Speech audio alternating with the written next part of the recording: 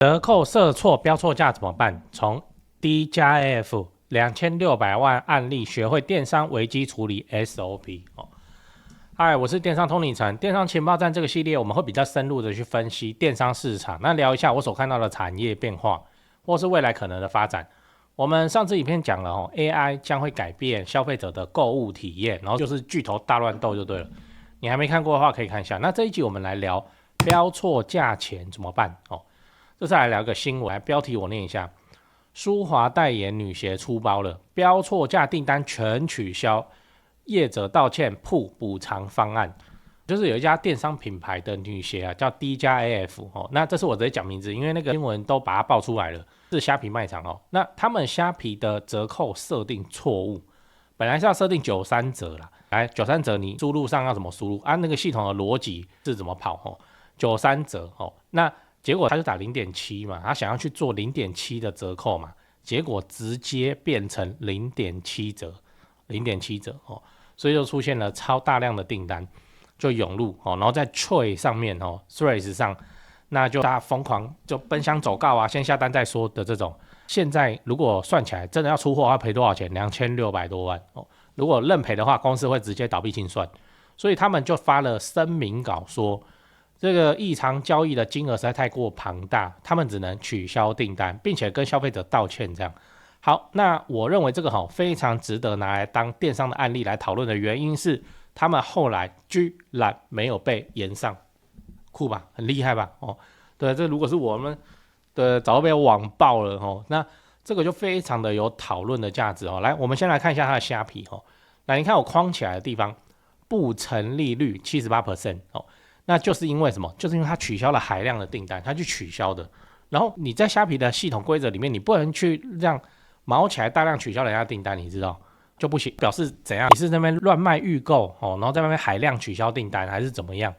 那个评价 4.9 就不要管它，因为订单还没有成立嘛，那买家就不能够收到货以后来评价嘛，所以评价它是没有变的状态。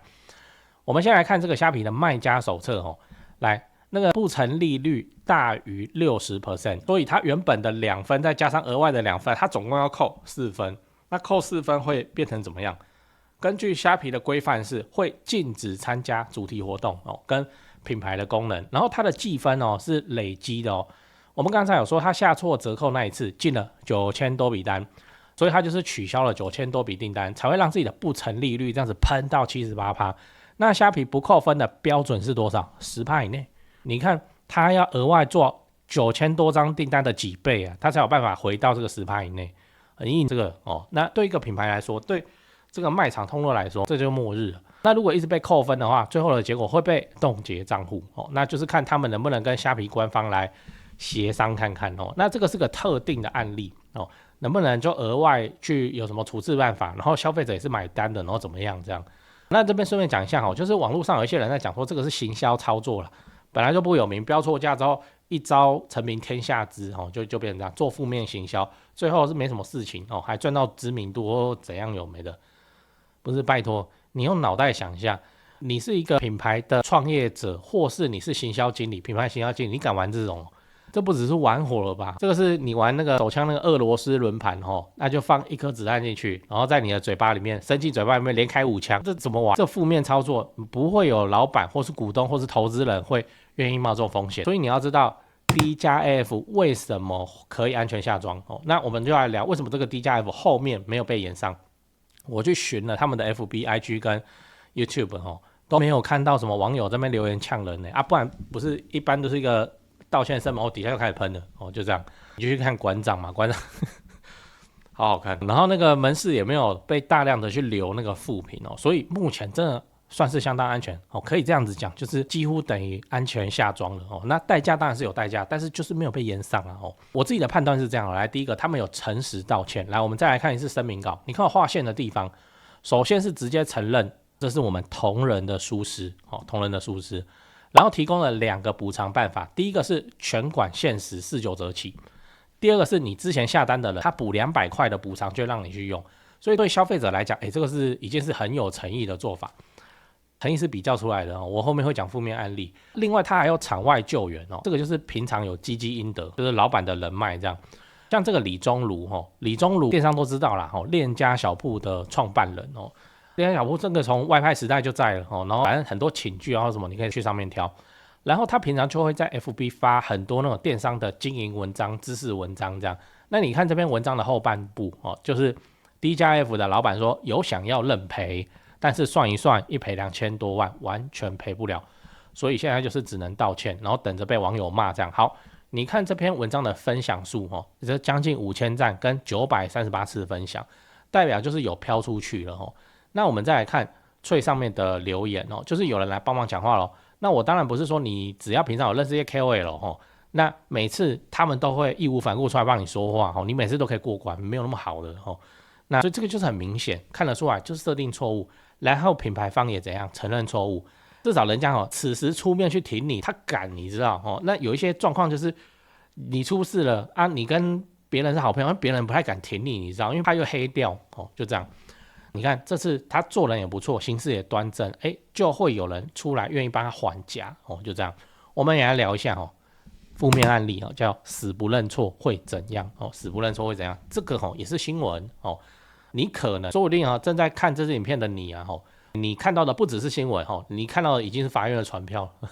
对，因为他海量的去提告，我就直接贴了来，标题我念一下：笔电厂商一个赞折1块，结果反而去告买家，你们那个来跟我下单的，我帮你告一告这样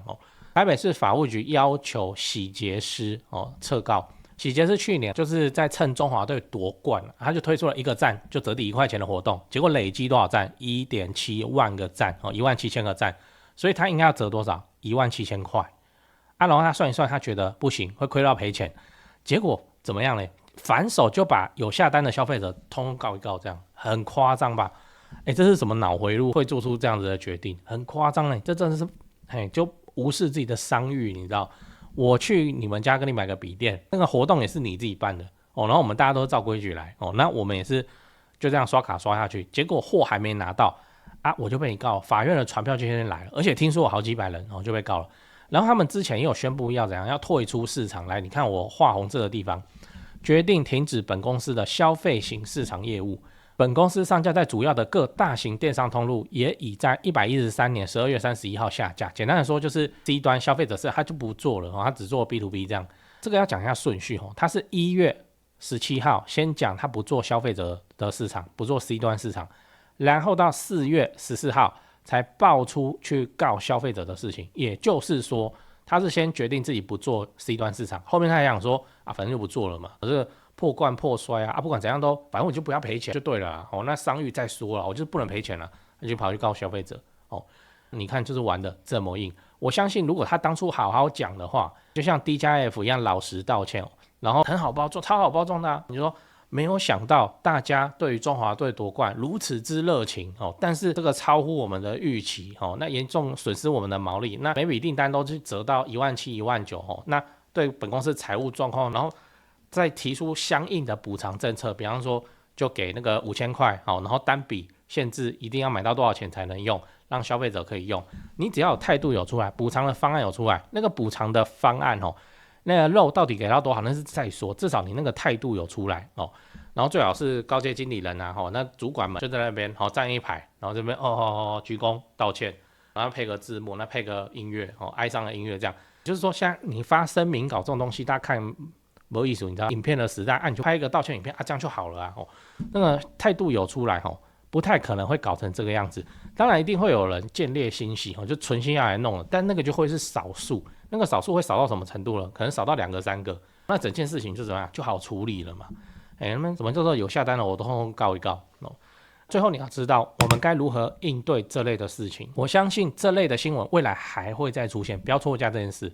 因为各家系统的折扣设定逻辑都不一样都不一样。有的是用倒扣的那这个就欧美的算法，你要做9折，你就是输入框里面你要去输入10%的优惠你要打10啦，你不是打90啦。有的是折扣的数字中间还会带小数点，例如说你是要打9折，你不能直接打9，你要打9.0不然系统前面会补0默认成0.9你说怎么会这样子设计？我怎么知道？这边就是如果秦始皇有活到现在，他绝对不会允许这种事情发生的，你知道书同文车同轨这是什么折扣设定这种东西，还会各家都不一样，然后各种出包这样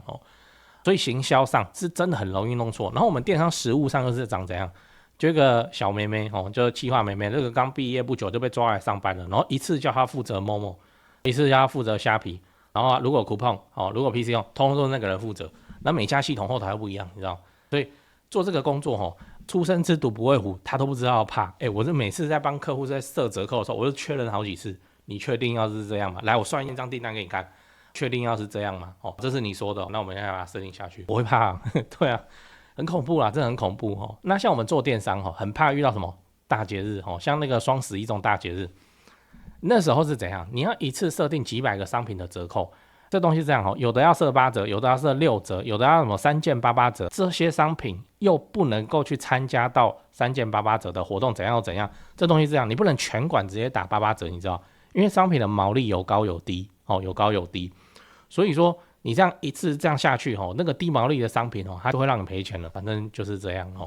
所以这个你有去设定过一次就知道有些品项弄错什么，我跟你说，这真的叫非常的正常，非常的正常。即使你已经做了交互的检查，就2个人你设定完让同事检查一次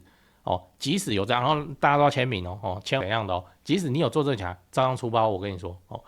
通常办这种活动的时候都排程到什么时候？排程到说，比方说双11它不会是什么双11 11月11号的早上9点大家上班活动还开跑，不会嘛？它是11月10号0点00分，那时候就要上线了0点。我们刚刚讲的是折扣日期的设定也是很诡异有的系统也不太一样。你看我11月10号我要活动要上线因为我要在那个凌晨上就对了双11 11月10号的第1分钟我活动就要上，请问日期要怎么设？设完日期那设完日期我知道怎么设，我知道是11月的10号的23点59分活动上嘛？这样的话不就提早开跑1分钟那还是说我要设11月11号的00:01第1分钟活动才上线也可以但是这样的话先加入购物车的人他会结不了账，那这到底要怎么搞就会需要去处理，你就要去问你的系统商去问负责你内线的 PM， 就要这样子办怎么处理日期也是很诡异的事情那行销 team 通常都怎么样？我跟你讲要么你就业绩不好要么你就是没有在怕的你104早就打开那边等的不然的话这个大活动上线不太敢，就什么6点下班再见拜拜明天见然后回去就去做你的瑜伽干嘛，然后你就不管，就让活动这样子到跨凌晨一跨过去有什么事情明天早上上班再说可以，你可以这样，但是我相信那个品牌上行销窗没几个敢这样，真是没几个敢这样，很恐怖啊！就上线的第1分钟之前几分钟我们就在顾了，然后一直刷后台看订单的情况，好，然后开始开跑，然后你们看我们浏览器开一堆视窗，然后就在那边重新我们在看嘛，看那个订单喷进来有没有异状或是订单喷不进来赶快去看那个日期那如果订单喷进来的话，赶快一样要点开检查，然后简单抽查一下说这个我的活动设定上这些折扣就那边叠来叠去会不会有错然后你都每个通路你都这样子检查完就差不多了啦。还是说我这个怪怪的，这个库存明明还有可是这边的订单已经停了是怎么回事？赶快去看一下我那个商品组数的设定设定又很麻烦，又蹦品这种东西，蹦品就是说现在不会说只卖一个东西嘛，它就是组合包 A 加 B 加 C 绑起来一起bundle一起卖嘛，对不对？你这样子客单价整体会提高，然后因为你客单价整体提高你就可以 fit 到一些行销活动的优惠、促销的优惠，因为你是买3个嘛。奇怪，这个组合包怎么已经停了呢？那我就去看一下说是不是我其中的 A 已经没货了，那我库存那条那其他通路还有PC 用还有PC 用业绩没有Momo好还有那我是不是立刻去改 PC 用的库存，然后回来Momo那边加，让这个组合包继续能够卖？我在忙这个呢，很恐怖呢就是这样，有玩过就知道，那是打仗了就是这样。那个你自己下个几单，测试有没有异常自己再把它订单取消，这个都要去做不然的话，我不相信你睡得踏实，睡得安稳。所以我每次看到这种标错价的新闻我都是叹一口气，这就是说为什么我没有赶上这样不是？那我都是说，这个要是发生在我身上算了，不要去落井下石然后如果他底下 FB 怎么底下有人在骂无良奸商每次都这样，然后怎么那我会去还价大家电商从业人员嘛，这个很辛苦啦就这样。你当主管的我说真的，你不好去责备那些你的下属部下，不然你熬这个夜你熬看你一次去顾7-8个通路，你熬看在大节日的时候你以为只有双11就恐怖的呢。那个几乎每个月都有。5月有什么重要的节日？母亲节。你母亲节你当天你才要卖，你要怎么卖？母亲节会跑早鸟，你知道，尤其甜点蛋糕啊，不然我跟你讲，过期的蛋糕哦，迟到的蛋糕就是没有人要的东西，很麻烦，真是很麻烦。然后6月又有618年中庆，然后还有端午节，什么有没的。7月哦，这个寒暑假出游去，还有一个什么空调冷气节有没的，一大堆。然后中元节会做很多啦，那个活动都是不间断的。所以行销同仁也是很辛苦啦，就是要养成一个强大的心脏，然后慢慢看，然后一直重新整理，然后看到底有没有哪一个通路怪怪的，如果有马上改，损失都在可控制范围。那如果就是下班关电脑回家，然后睡觉，隔天起来再说，你看会发生什么事？所以很恐怖啊，真的是很恐怖。如果今天发生在你家商店，你要怎么应对？来，第一点，立刻下架商品加关店。你可能也不是下架商品，那么就商品通常有隐藏这个功能，你就把它点掉或是你那个商品的库存立刻去调零，立刻去调零，按储存重新整理，看有没有调到，就这样。不过真的在赶的时候，通常那边转啊，急死你这样那如果你是官方网站的话，这个店先关起来都这样。你就是商店上锁广告还在跑，先不要管你先把商店上锁再说。找出错误的原因可能会损失多少钱之后再说，你先控制那个损失你不要让错误继续蔓延下去，你就让这个商品不能够被下单，或者这个商店怎么看不见了这样就好了损失先控制。来，第二点，能赔就赔你就遇到了嘛假设你赔得起，那你就去赔，而且要赔到消费者满意。我们来看2个例子第一个是台湾的，来，标题我念一下：双11标错价，广生堂燕窝损失100万，全认赔，立即出货。你看这个就是他们算完了赔得起，然后就来赔就这样，那就把它当成行销宣传的广告费用，心里会比较好过来，我们来看第2个新闻2少年向锅底小便，海底捞致歉，向4109单的顾客退款，并提供10倍的赔偿，帅吧这个就是格局来，这个我大概讲一下，这是发生在上海的海底捞就屁孩在火锅里面尿尿。这会好吃吗？我不懂。那个屁孩都被抓到了，而且他确定他们就是在2025年的2月24号犯案的意思就是说爆出来的时候他们早就尿完，已经不知道几天了，你知道。然后这中间还继续营业，所以就有人吃到那个尿尿火锅就这样。你看这个对一个品牌来说多么毁灭性的，还做火锅的屁孩在屁一点直接在锅子里面大便。这个海底捞怎么做的嘞整间店的锅具然后筷子全部换掉。再来是只要你有在2月24号到3月8号有在上海海底捞消费的人，全部退费全部都退费，你来找我退给你提供10倍的现金补偿，现金 cash 啊，不是折价券、优惠券，下次再来我算你便宜，不是现金就把它赔掉。你说这个有没有诚意？好有诚意，这个迷之操作那赔10倍现金那我就想到这个这么多人吃，好像也没有人送急诊，不然我也去试一下如果那天我去吃海底捞我现在10倍。这个买卖看起来蛮赚的，我们一桌4个人，对，每个人都10倍我靠，还可以啊。但作为店家就是我会认为还是有义务要去处理这个事情。你要去告那个尿尿屁孩、大便屁孩那个再说不过你对消费者这边要先就止损，然后灭火，然后官宣什么的东西都要做到位海底捞是有那个财力，他可以这样子做退你钱补你10倍那你听一听，你就觉得说这个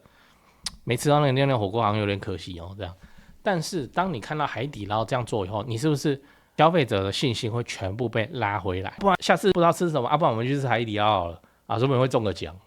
中个奖也不会怎么样，他10倍他都敢赔。要是我们吃坏肚子什么的那医药费什么的一定可以报他头上，就这样就变成强力的宣传。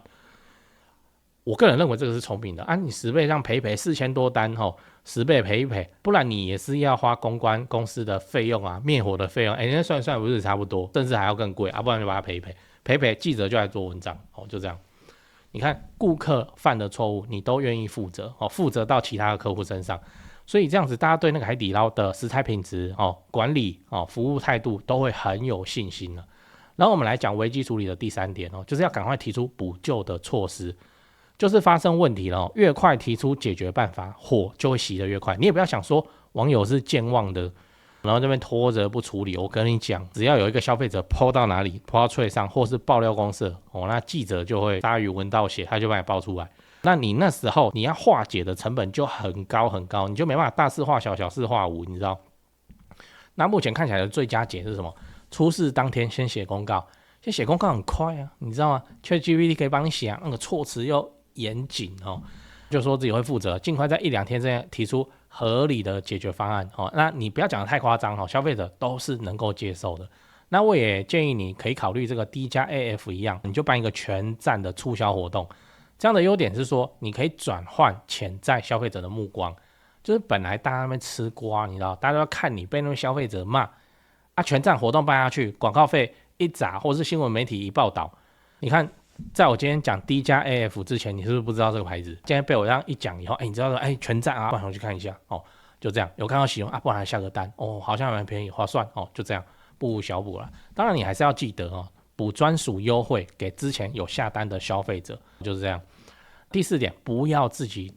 加柴火哦，就会做这种错误的事情哦。你是嫌火烧得不够烈，是不是？自己再把油倒进去提油救火。我们看过往的日子哦，都有发生过，就是创办人怎么样，先发一篇道歉文哦，然后这个道歉文怎么样，没有让自己的公关看过，自己就发，还发在自己的 FB 哦，这样。然后这个道歉文出去又烧起来，就说什么没诚意，什么有没的，现在是在怪消费者啊，还是怎么样？然后创办人看了自己的道歉文，居然把火烧得越烧越大，他就心急底下怎么样？跟网友对骂，有没有看过？火越烧越旺哦，这种例子哦，这讲谁得罪谁，我就讲哦，反正就是这样，不要那个就是讲八卦的时候我要好好说哦。那只要你这4点都有做到，应该是不太会发生什么又再度延上的事情。最后就祝你一辈子做电商生意你都不要遇到标错价这些事情发生在你身上，真的不要那发生一次就很饱了，真的。讲八卦就是说标错价这件事情啊，你要这样子去思考它，叫做绝对会发生你现在亲力亲为你以后你公司有做起来大了以后，就不是你自己去设折扣估通路了嘛，就是底下你请的人啊，你要做好这个心理准备，叫做说反正就是会标错价这件事情就是会遇到就是会有夜路走多了，就是会遇到鬼，而且鬼就是存在就是这样。好，所以我的建议是什么呢？你那个危机处理的稿子都先拟起来，你知道，然后那个补偿的方案都先放好，预设的平常没有用就把它冰起来真的发生的时候声明马上贴，然后补偿的办法不是什么延你2天后，那补偿办法马上贴，就是你有所准备，绝对会比当下手忙脚乱还要好上非常非常非常的多的。你就是当做你自己的企业一定会犯错，这有很多版本今天是标错价的一个泛用罐头的解决方案就先放着好，然后标错价嘛，然后再来消费者的什么布告哪边的爆料然后创办人的私生活一大堆，对不对你也不用问我，你去问 ChatGPT O3 模型，我觉得 O3 还不错，还有思考以后讲的东西就已经很真了，比那个 DeepSeek 真很多DeepSeek 不错用思考过程看得见，但它幻觉实在是太严重了然后 O3 模型还不错，那你就这样用。你觉得一个电商企业它除了标错价以外还会犯什么错误，请帮我列举出50个它就列给你，大概你的罐头都先准备好等到真的发生的当下，才不会整间公司都怎样手忙脚乱。而且我跟你讲发生的当下你以为是上班时间你运气那么好发生的时候是上班时间，让你还有时间去处理大家都在岗位的情况之下，屁嘞，那往往都是发生在下班时间，要不然就深夜的时候就恐怖。你说深夜怎么会发生？就会啊，因为刚刚不是讲你要设定活动日期什么时候开跑啊，深夜啊，时间啊，分钟啊，设错它就在半夜发生了就这样。所以平常就把罐头准备起来那该道歉就是这样搞。然后我个人认为影片的道歉会比那个声明稿都是字，然后再一个潇洒的签名看起来还要更加令人信服这是第一个企业方平常就要做的事情。来，第二个，如果你是犯错的员工，你就不要错价了，你就让公司赔很多钱了，老板都要去道歉那怎么办？你就把104打开吧，差不多就是这样。现在的电商平台之间竞争激烈，除了你熟知的虾皮、PC Home、Momo 以外，外国的电商平台也对台湾虎视眈眈。除了酷鹏大军来袭，还有SHEIN、抖音小黄车、全球速卖通 Temu， 他们都在偷偷伸出触手，要来抢台湾市场。而对于我们这些品牌商来说，最可怕的是现在这些巨头在神仙打架，你只要被插到一点非死即伤啊！所以我建议你快点跑啊！再晚一点，你可能都被逼着参加斗价钱的战场，想逃都没有办法逃。只有盖好自己的品牌官网，培养自己的忠实会员，才能够创出高的毛利这才是避免伤亡的最好方法。如果你现在正在找一个实力坚强的电商系统来帮你架设品牌官网，我推荐你 Cyberbiz。我们除了官网仓储跨境 POS 能一次搞定以外，现在还能够发动电子票券啊，或是30分钟机车快速到货，让消费者更难抗拒你的行销活动。这也是为什么那么多大品牌都喜欢配合我们 Cyberbiz 电商系统的原因。如果你想了解更多，那你就填写资讯栏的连结。好，那填完资料以后，我的同事会跟你联系，电商相关的问题应该都回答得出来，因为我们经验蛮丰富的。最后记得点赞并订阅我的频道，我会继续分享更多电商资讯给你。我是电商通灵城，我们下集影片再见。